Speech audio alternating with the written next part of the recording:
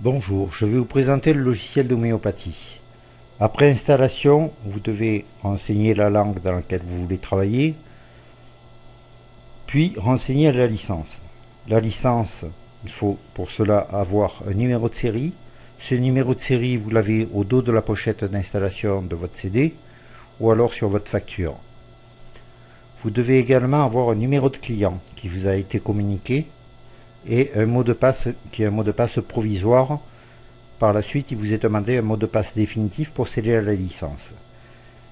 Si vous l'avez acheté par intermédiaire d'un revendeur, vous n'avez pas donc de numéro de client, vous renseignez votre nom, votre prénom, votre email et votre mot de passe.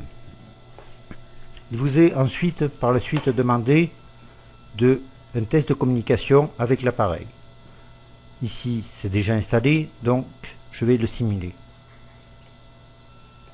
Ici, donc, il vous est demandé d'une part de vérifier si en sélectionnant ici dans le combo ces médias USB, le curseur du volume principal est au maximum et si le haut-parleur n'est pas coupé.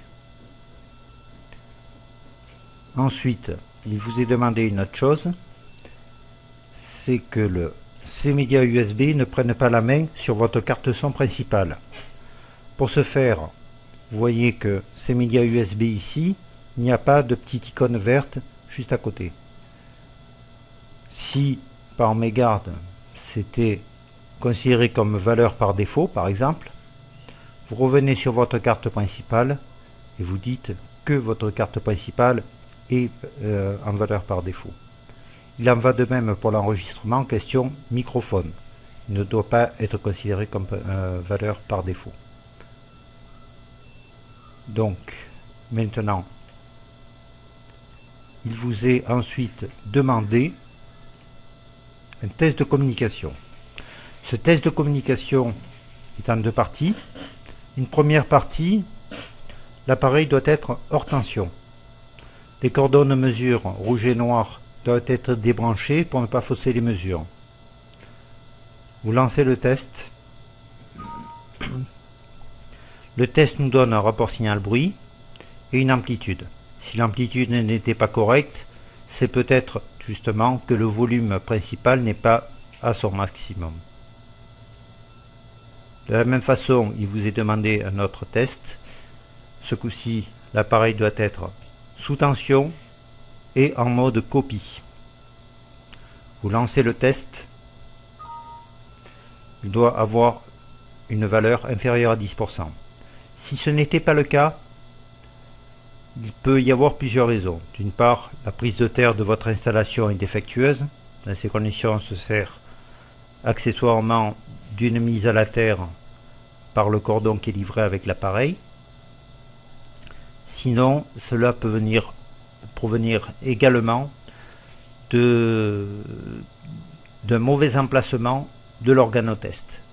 C'est-à-dire que s'il est dans un milieu perturbé, exemple proche du Wi-Fi ou un téléphone portable situé à côté, ou tout simplement naturellement une faille géomagnétique, dans ces conditions, on a une valeur de bruit qui est hyper importante. Cela permet de tester également la valeur bruit électromagnétique de notre cabinet. À noter que quand on est en position copie, l'afficheur de l'organotest s'éteint. Si il est en position normale, dans ces conditions, l'afficheur étant allumé, il génère du bruit. Je relance le test, l'afficheur allumé, il me donne ce coup-ci une valeur 4% supérieure.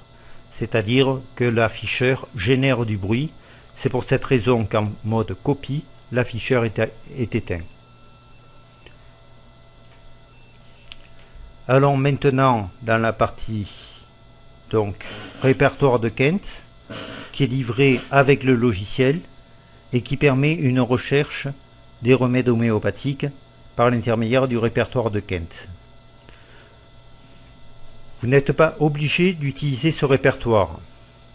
Si vous allez directement, si vous tapez à partir de ce niveau, si vous tapez sur suivant, vous allez directement sur le test des produits et vous sélectionnez vos produits. On reviendra plus en détail sur cette fenêtre.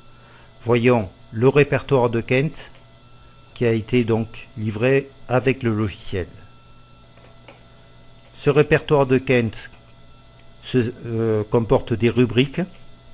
Dans ces rubriques, il y a d'autres rubriques jusqu'à ce que cela donne des remèdes homéopathiques. À savoir que j'utilise ici le terme de remède car il s'agit du répertoire de Kent avec des remèdes homéopathiques, mais de façon plus globale j'utilise le terme de produit car il peut s'agir également de tester à la fois des fleurs de bac, des huiles essentielles et autres qui n'ont pas une donnée homéopathique. Notez aussi que là on aura par exemple estomac, virgule, L apostrophe, c'est l'estomac, car initialement c'était fait sous forme d'un livre, donc on recherchait plutôt un E plutôt que le L apostrophe, puisque le E était plus significatif. Revenons donc dans une rubrique. Nous allons dans bouche, aft. À partir de aft, il commence à y avoir des remèdes homéopathiques, 90 ici. Nous le voyons également ici sur le curseur, puisque les informations qui sont données ici nous disent le positionnement de la fenêtre par rapport à la globalité 90. Par contre, si nous précisons davantage le symptôme, il nous en reste moins. Donc, nous pouvons chercher des informations, à savoir également, je reviens ici, si je clique avec le bouton de droite, je remonte d'un cran au niveau. C'est-à-dire que je remonte au niveau des aftes, et la rubrique qui est indiquée en surbrillance ici nous donne la dernière rubrique qui avait été utilisée dans le niveau. De la même façon, si je clique directement ici sur bouche, je me situe directement sur bouche et aft apparaît donc en surbrillance étant donné que c'était le dernier qui avait été utilisé. Donc nous allons ici dans aft, nous avons ici une liste de remèdes avec des numéros, le 1, le 2, le 3 qui est indiqué entre parenthèses. Ces numéros correspondent à des remèdes qui sont les plus probables, à savoir que le 3 est le plus probable, le plus efficace, et le 1 le moins efficace. Nous pouvons soit sélectionner des remèdes ici que l'on va donc mettre pour pouvoir les tester. Si on veut en sélectionner plusieurs, on appuie sur la touche CTRL et on clique sur les différents remèdes que l'on veut sélectionner. Ensuite, on appuie sur la flèche, une flèche pour ajouter ce que l'on vient de sélectionner. Si on appuie sur la double flèche ici, on sélectionne l'ensemble. Dans ces conditions, 90 remèdes ici sont sélectionnés pour être ensuite éventuellement testés. Maintenant, si on va rester dans bouche, nous allons aller dans coloration, la langue blanche par exemple. Nous avons ici des remèdes 169 et dans les 169 remèdes il apparaît des remèdes qui sont en rouge. En rouge, cela signifie qu'ils sont communs avec l'ensemble des symptômes. Pour l'instant, il n'y a qu'un symptôme qui a été utilisé. C'est pour cette raison que ce compteur ici est à 1. Donc si je le fais passer ici, je fais passer la totalité, nous avons maintenant deux symptômes qui ont été sélectionnés, et en rouge, les valeurs communes. Donc nous avons ici 56 remèdes qui sont communs à l'ensemble des symptômes sélectionnés. Nous remontons donc, on va rester dans la bouche, et nous allons par exemple dans craquelé, langue, centre. Nous voyons ici maintenant apparaître des remèdes qui sont en bleu et en rouge.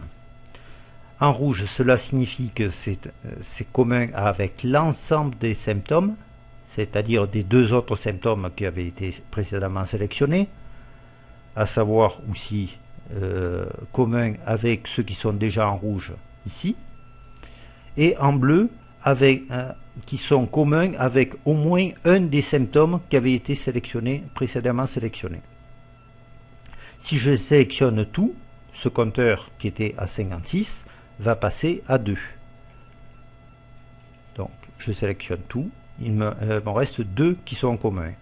Ici l'on voit de la même façon les 2 qui sont communs, et en bleu ceux qui sont communs à au moins un autre des symptômes qui a été utilisé. Ce bouton ici sert à revenir en arrière, c'est-à-dire comme un navigateur internet, on revient une page en arrière. Là c'est pareil, on revient un symptôme en arrière, c'est-à-dire qu'en fait je supprime le dernier symptôme dont je retombe sur 56 remèdes en commun. Je vais reprendre de nouveau et le remettre. Nous avons donc toujours 2. Voilà, pour 3 symptômes sélectionnés. Un autre moyen de sélectionner des remèdes consiste à utiliser le moteur de recherche. À partir de 3 caractères, apparaît une liste ici de mots qui sont utilisés dans les rubriques. À savoir que CAN, il y a canal, canapé, etc. Ce qui m'intéresse, admettons que ce soit cancer. Donc je tape C, on voit que là, il y a Cancan qui nous embête un petit peu, donc je vais passer CE.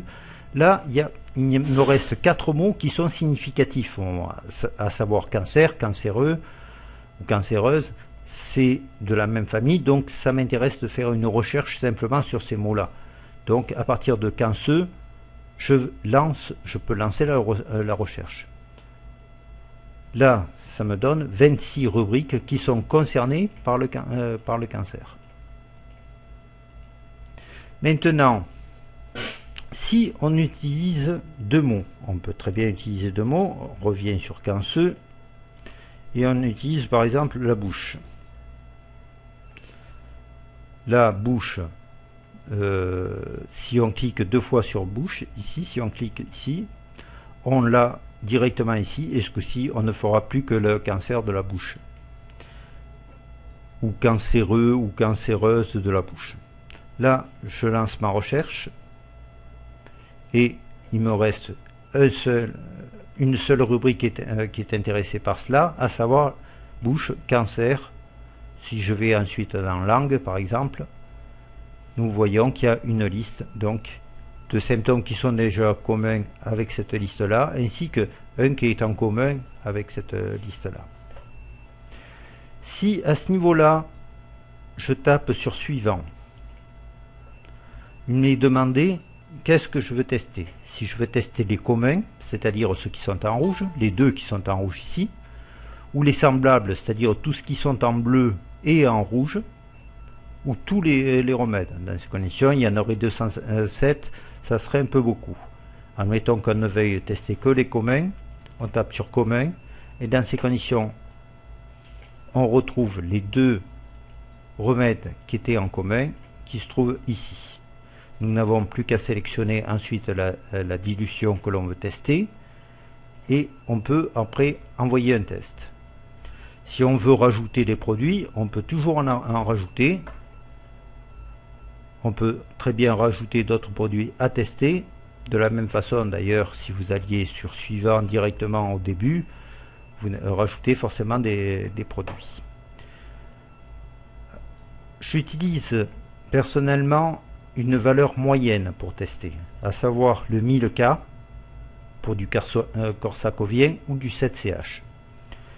Pourquoi? Parce que ce sont des valeurs moyennes qui me donnent au moins une réactivité. Même si cela ne corrige pas complètement, ça me permet de voir si le produit a déjà une notion d'efficacité. Donc, on va utiliser le 1000CH ici, et donc ici j'utilise aussi le 1000CH. J'aime bien les corsacoviens parce que cela provient d'un bon laboratoire et donc ils sont fiables. À partir de ce moment-là, on peut lancer un test. Dans ces conditions, ce test va se faire par défaut en boucle avec un temps d'émission que l'on pourra reprogrammer par la suite, mais que j'ai mis à 6 secondes. 6 secondes, c'est une bonne valeur, car pour tester un point, il faut à peu près 2 secondes, ce qui laisse 4 secondes pour reposer le point avant de faire un deuxième test. Quand on lance le test, dans ces conditions, on va voir apparaître les différents produits.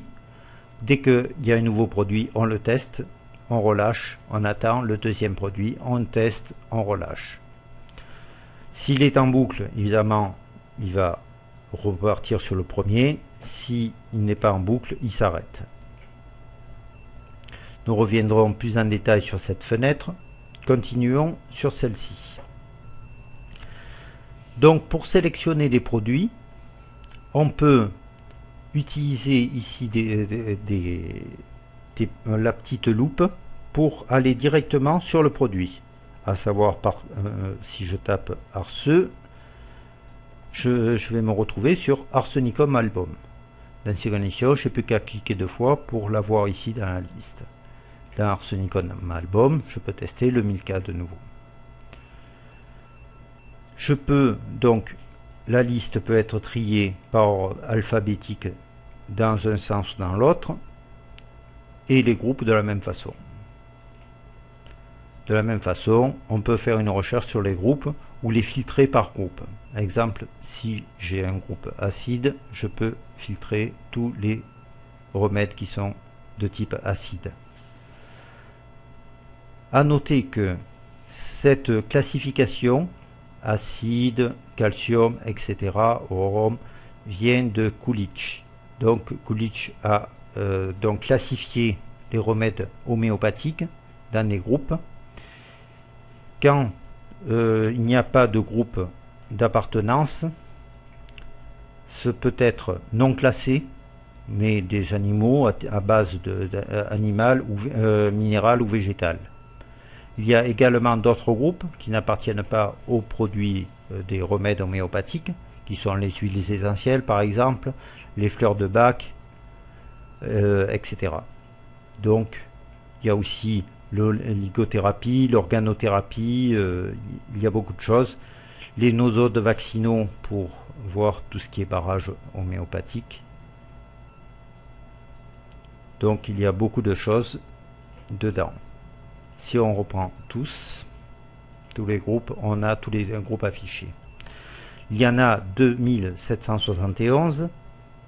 Maintenant, dans ces 2771, il y en a beaucoup qui ont été donnés par le répertoire de Kent et qui sont difficiles à avoir parce que, par exemple, le nom est très proche de notre nom, mais la plante provient de notre origine. Dans ces conditions, on pourra se référencer par rapport justement aux familles, aux groupes. Donc, si par exemple ça appartient aux acides, on cherchera un produit équivalent aux acides. On peut remarquer aussi que tous les groupes ne sont pas renseignés. Donc, c'est-à-dire qu'à là, nous avons, si nous prenons tout ce qui est enregistré physiquement, c'est-à-dire dont les produits ont été donc enregistrés par intermédiaire du MF2, il n'y en a que 1424. Dans les 1424, il y en a beaucoup qui ont, si je prends celui-ci par exemple, il y en a beaucoup qui ont plusieurs dilutions. Là, il y en a 6 dilutions. Certains en ont plus. Donc, cela nous donne à peu près 5000 remèdes entre les remèdes à proprement parler et puis les dilutions. Donc, je vais vous montrer également quelque chose qui est très intéressant. C'est donc les lettres hébraïques. Les lettres hébraïques, il y en a 28 au total. Si l'on connaît le décodage qui existe entre la lettre hébraïque et puis les organes ou les systèmes, cela nous permet de faire une analyse, mais comme il y en a 28, on ne teste pas le point au niveau du point de réactivité, mais on teste au niveau de la réactivité globale du corps, c'est-à-dire dans un mode biofeedback, donc position psy sur l'organotest. Dans ces conditions, on met des capteurs sur les doigts et on regarde des variations qui sont donc fortement, qui sont importantes, du style plus de 100. Et là, je vous invite donc à voir pour cela la vidéo concernant l'organotest pour voir comment ça se passe. Et donc, ces variations nous permettent de dire que cette lettre est réactive.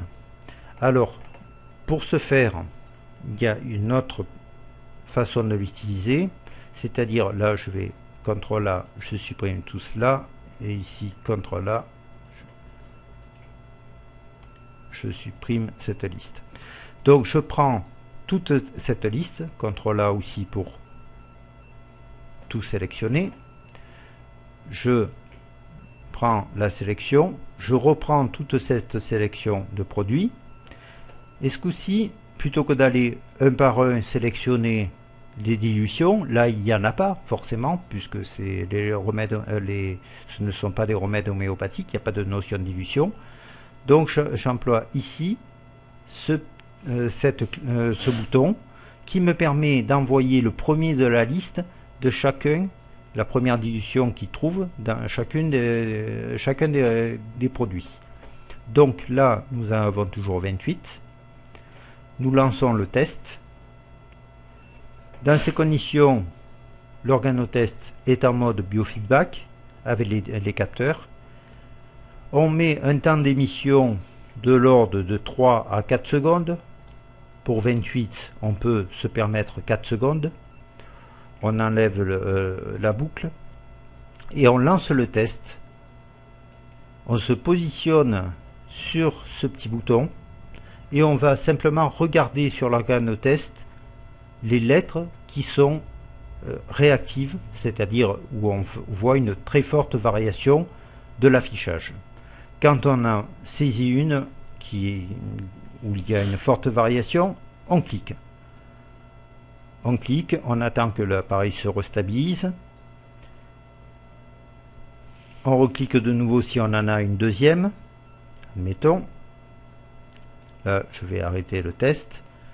Et je regarde ensuite simplement les éléments que j'ai donc cliqués pour savoir quels sont ceux qui sont réactifs. En fonction de ces lettres hébraïques, cela nous permet de déterminer quel est le système qui a un problème.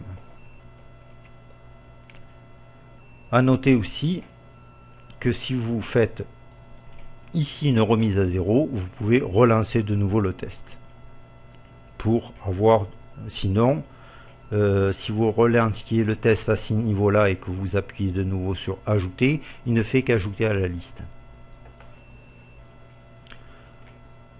Ensuite, revenons, bon, on va revenir sur notre première fenêtre, tous les communs par exemple.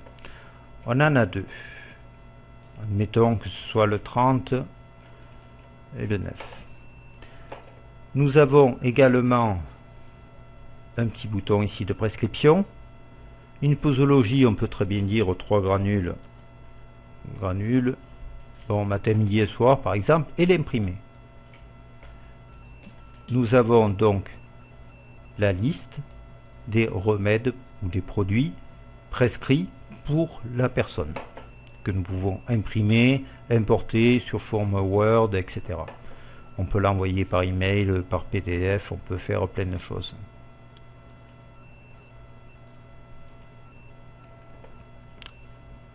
Voilà, je pense que nous avons fait le tour des questions.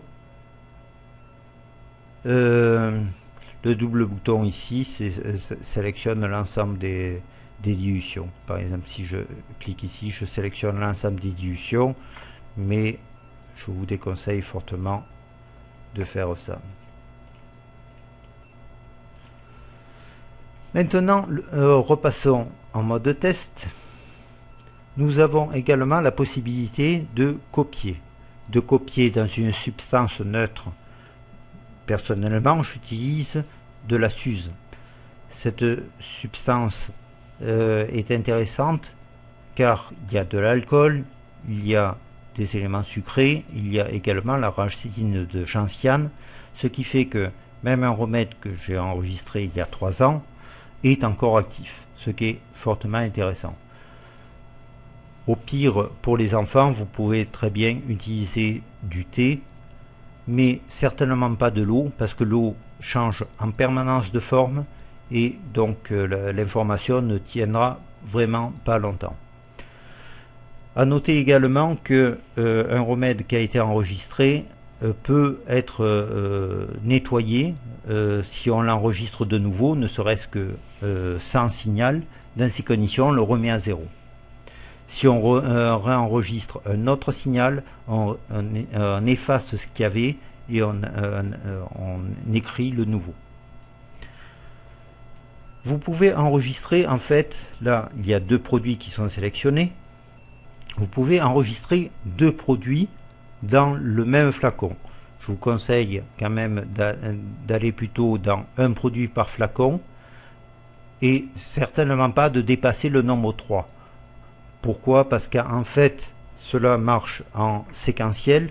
Donc, en fait, sinon, il faudrait au moins bouger minimum cette valeur et la mettre à 20 ou 25 pour pouvoir copier plus 3 ou plus.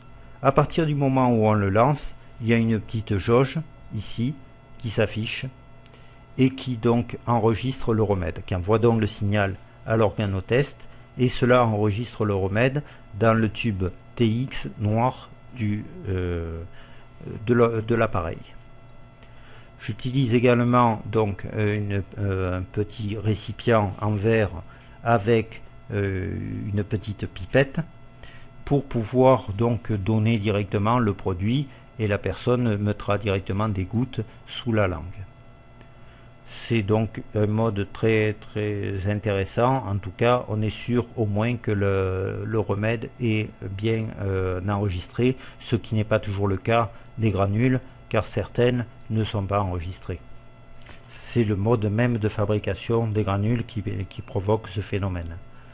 À la fin, il y aura un petit écriteau qui dira que le remède est bien enregistré. À partir de ce moment-là, il continue à émettre le signal vers l'organotest, car initialement, je m'étais rendu compte qu'en coupant le signal donc vers l'organotest, l'organotest lui ayant une fréquence porteuse qui est propre par un champ magnétique, dans ces conditions, il démagnétisait le remède. Donc là, on va l'arrêter.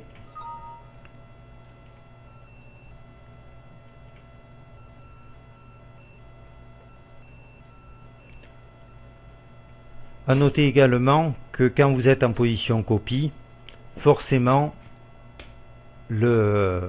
l'organotest consomme plus d'électricité puisqu'il y a un champ magnétique qui est produit sur dans le puits TX. Je pense avoir fait le tour des questions du test et remède ainsi que du répertoire de Kent. Nous utilisons souvent les planches car les planches nous permettent de visualiser directement les points que nous allons tester. Pour ce faire, il y a une partie zoom par rapport à la planche. Ce zoom, quand vous cliquez une fois, vous pouvez ensuite déplacer la souris pour pouvoir visualiser le zoom correctement. Dès que vous recliquez dessus avec le bouton de gauche, vous arrêtez donc la possibilité de déplacer le zoom. De la même façon, si vous utilisez la molette de votre souris, vous pouvez augmenter ou diminuer ce zoom.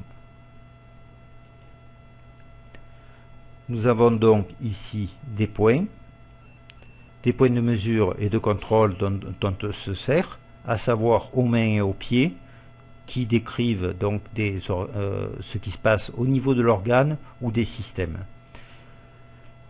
Dès que l'un de ces points est en chute, on choisit celui qui est le plus en chute et qui sera certainement en relation à ce pourquoi la personne vient nous consulter. Nous avons donc aux mains et aux pieds.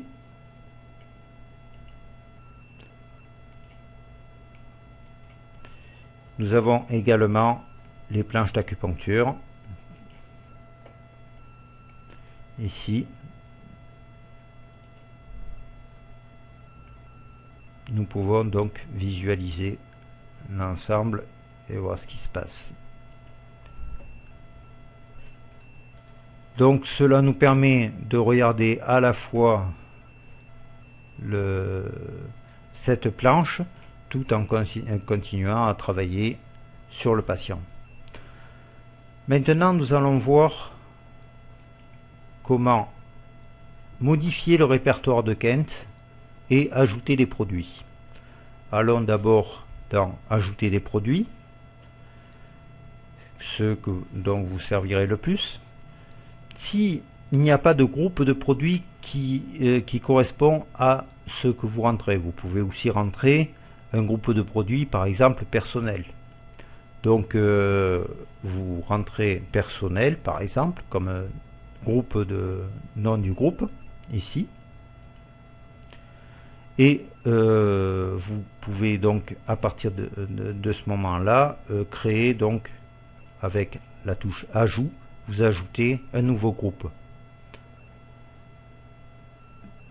Parce que par la suite, quand vous allez ajouter des produits, vous allez les ajouter et les mettre dans un groupe. Donc il faut que ce groupe ait déjà une existence. Là, à noter que ces groupes, chaque fois que je clique dessus, on voit la liste des remèdes qui correspondent à ce groupe.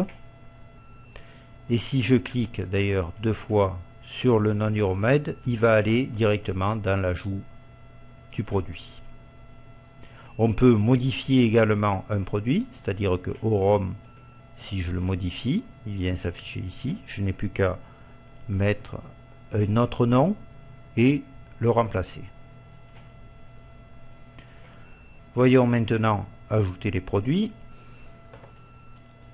Ajouter les produits, nous avons donc toujours pareil la petite loupe pour nous permettre de chercher. On peut le chercher par ordre croissant décroissant, de la même façon pour les groupes.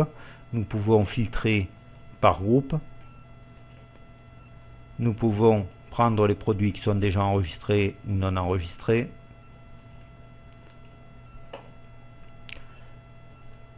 Donc, créons un nom de produit. On crée le produit AAA. Dans le groupe, par exemple, acide. Nous ajoutons le nom du produit, qui est AA. À cela, nous ajoutons donc des dilutions. S'il n'y en a pas, vous pouvez très bien rentrer 100 par exemple. Tout ça, ce n'est qu'une étiquette. Donc c'est à vous à avoir votre propre code par rapport à ça. Donc vous pouvez rentrer 100 par exemple, ou ce que vous voulez. Vous pouvez, par contre, vous pouvez rentrer aussi un 4CH, enfin, vous pouvez rentrer ce que vous voulez ajouter. Vous voyez d'ailleurs qu'ici, il n'y a pas de croix, ça veut dire que ce n'est pas enregistré dans la base. Ce qui n'est pas le cas d'ici, par exemple. où vous voyez que là, il y a des croix. Donc, c'est déjà enregistré dans la base. Pour pouvoir l'enregistrer, parce que là, on n'est qu'au niveau de l'étiquette, on le sélectionne celui que l'on veut enregistrer et on dit enregistrer. Dans ces conditions, le produit sera mis dans le tube RX, l'appareil en mode copie, et dans ces conditions, vous enregistrez. Avant enregistrement, il vaut quand même mieux vérifier que la communication avec l'organotest est bonne. Vous enregistrez. 2 secondes après d'enregistrement, il enregistre le produit, il est dans la base. Il a donc été numérisé, c'est-à-dire que l'énergie électromagnétique qui se dégage du produit a été enregistrée. Donc là, de la même façon, 100 par exemple, ici. Si maintenant, par mégarde, vous aviez donc vous l'avez enregistré dans le mauvais nom de produit, vous pouvez toujours le couper, sélectionner l'autre produit et dire coller. Et là, il a transféré de A à A sur l'autre produit. Donc c'était le 4CH et le 100. Là, je le supprime. Je reviens en AA. Je peux donc maintenant le supprimer. S'il y avait une dilution et que je l'enregistre, il faut d'abord sélectionner produit enregistré. Admettons que je veuille supprimer ce produit, je n'ai plus qu'à le supprimer de la liste. Je le supprime de la liste.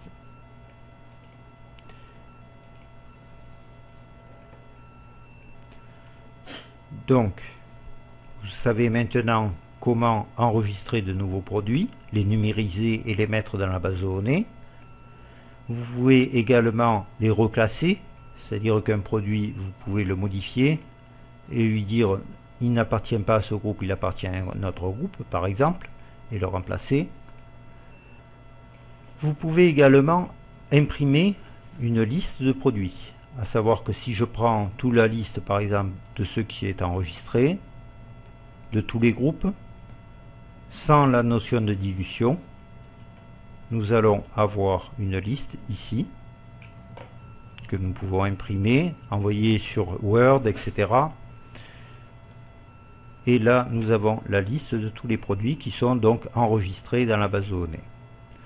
Nous avons, si par contre je prends avec dilution, nous en aurons plus forcément, puisque nous aurons à la fois les produits, mais souvent en double, étant donné que, si j'augmente ici la fenêtre, nous voyons que ici, ces produits existent, mais en différentes solutions. 200K, 1000K, 10 000K pour ABS Nigra, par exemple.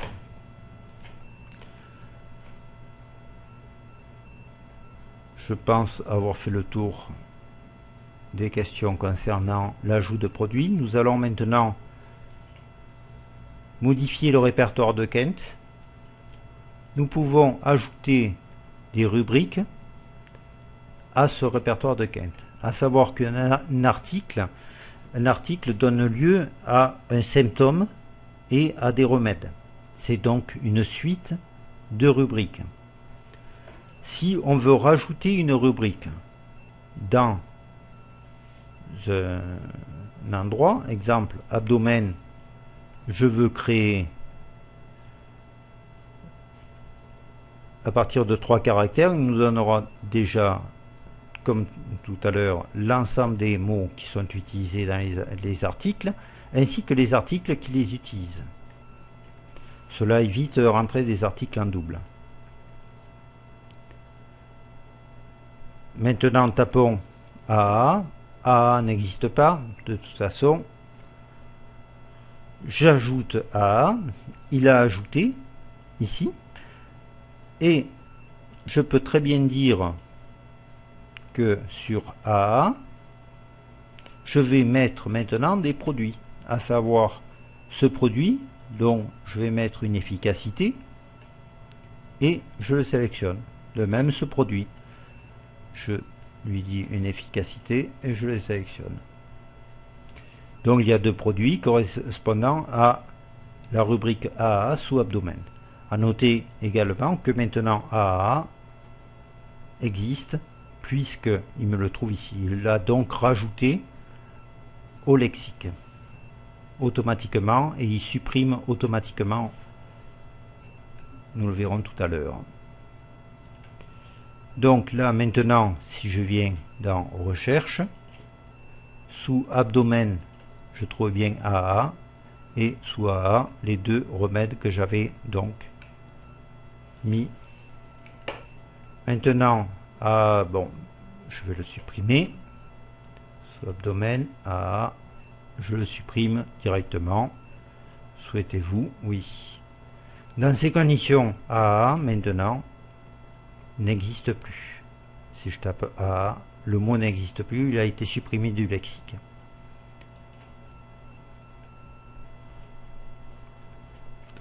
Allons maintenant dans ajout, modification de rubrique.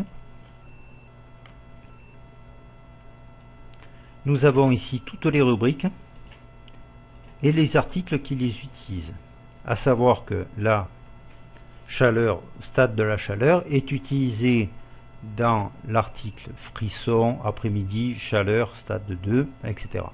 Si je modifie cette rubrique, je modifierai forcément les articles qui les utilisent. Si maintenant je clique ici deux fois, je vais me mettre directement sur l'ajout d'articles en me positionnant directement sur l'article en question, avec les remèdes qui étaient prescrits, c'est-à-dire 112 remèdes ici prescrits. Donc là, à ce niveau-là, l'article, je peux le modifier et le remplacer ensuite par la suite.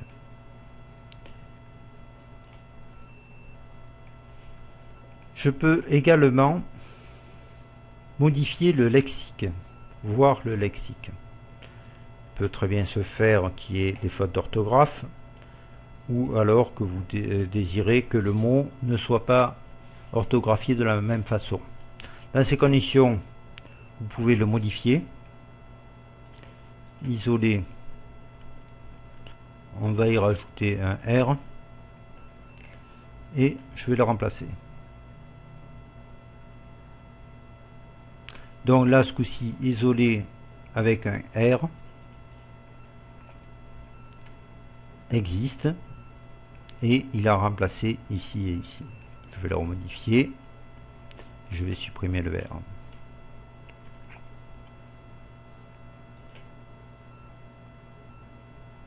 Voilà. Il se repositionne automatiquement et on voit apparaître isoler partie.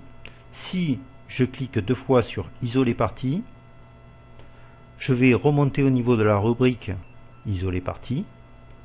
On va voir entre autres les articles qui utilisent cette rubrique et si je clique sur l'article, il va directement sur ajout d'article et se repositionner sur isoler partie de l'article en question.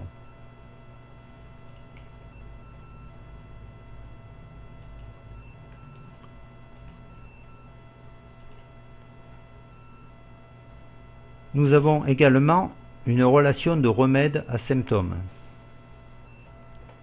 Nous pouvons voir ici que chaque remède a des symptômes qui correspondent, c'est-à-dire les articles dans lesquels ils sont situés. Si je prends du belladonna par exemple, on va voir qu'il y en a beaucoup. Il y en a 5711 symptômes correspondant à belladonna.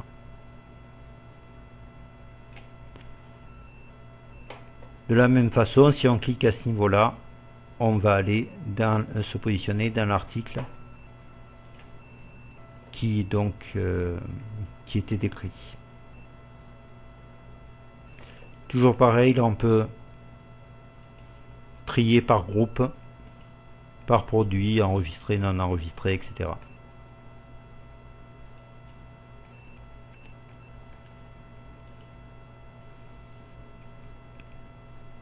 Nous avons ensuite des outils de réindexation des données.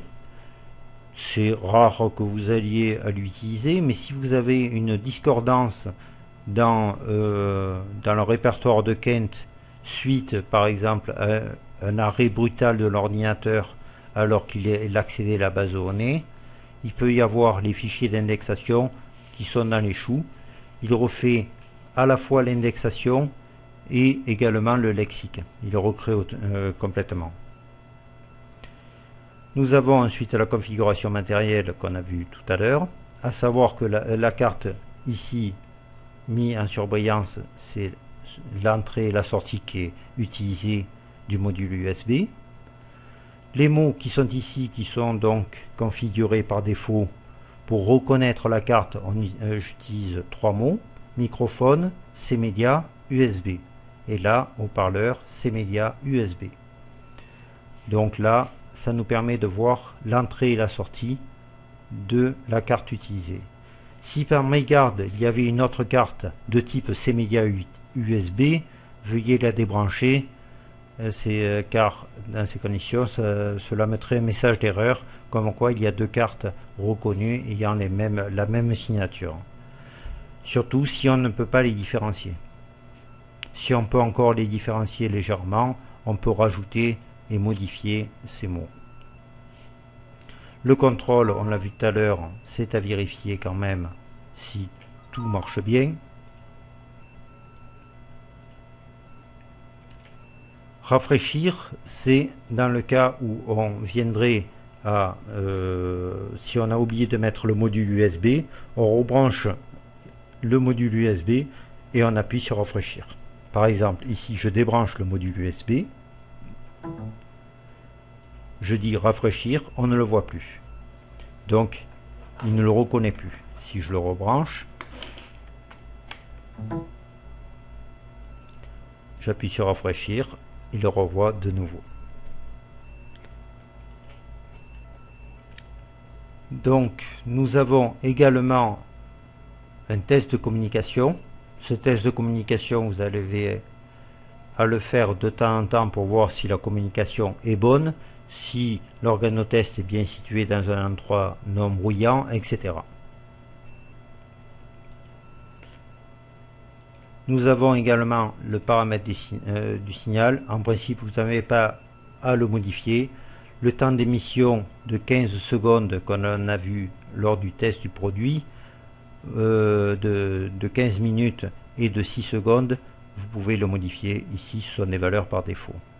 15 minutes, je ne vous conseille pas d'aller au-dessous de 15 minutes, car c'est une valeur qui est sécurisée, puisqu'il faut au moins 12 minutes pour enregistrer le produit. Et si on prend 3 minutes de sécurité, il vaut mieux donc mettre 15 minutes. Le temps d'émission, c'est pareil, 6 secondes correspond à une bonne valeur. Le temps d'enregistrement, laissez-le aussi à 2 secondes, en fréquence 32 000, 16 bits de type matériel. Donc ça, normalement, vous n'avez pas à le toucher. Maintenant, dans l'aide, vous avez l'aide, une aide qui est très importante, puisque elle nous permet de voir tous les parties du logiciel, comment l'utiliser, ajout de produits, etc. Vous avez également, si vous appuyez sur la touche F1, vous allez directement sur F1, sur l'aide. De la même façon, si vous étiez sur n'importe quelle autre fenêtre, la touche F1 donne l'aide. Mais vous avez, comme vous pouvez le constater ici, ou même dans n'importe quelle fenêtre, beaucoup d'aides en ligne directement. Ici, si je positionne le curseur sur l'objet, que ce soit une liste ou un bouton, il nous dit à quoi correspond cet objet.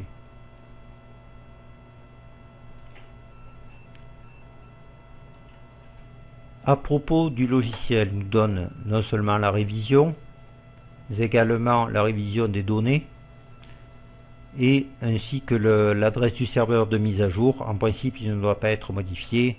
Si vraiment il devait être modifié, vous seriez averti par email. La langue, c'est ce qui nous permettrait de changer d'une langue à une autre. Ici, nous avons enregistré la licence, donc forcément c'est en grisé, sinon, s'il était en mode de démonstration, il serait accessible, et dans ces conditions, cela lance le processus d'enregistrement de la licence. Supprimer la licence sert à supprimer la licence d'un poste pour le transférer sur un autre poste. En effet, deux ordinateurs ne peuvent pas avoir la même licence. Ce qui fait que pour pouvoir le mettre sur un autre poste, vous devez d'abord le supprimer sur un des postes. Sinon, cela apparaît en erreur chez moi. Donc, à partir de ce moment-là, il y a suspicion de copie de logiciel. Il est à noter aussi que si vous mettez la licence ailleurs, forcément, le premier poste perd la licence. Ce qui fait que si vous avez deux postes et que vous essayez de le faire tourner sur les deux postes, une fois vous mettrez à jour la licence de l'un et dans ces conditions l'autre ne pourra pas avoir la licence, ou inversement, c'est le dernier qui l'a pris. Mise à jour du logiciel nous permet d'aller consulter directement sur le site internet, voir si le logiciel est à jour. Sinon, il propose une mise à jour. Mise à jour des données permet de récupérer le fichier product.zip et de pouvoir l'importer. Nous allons donc voir l'importation et l'exportation des produits. L'exportation des produits, il y a deux niveaux aux produits que vous rentrez. C'est-à-dire qu'en fait, les produits qui sont ici sont d'origine, sont donc à l'installation de votre logiciel. Donc ils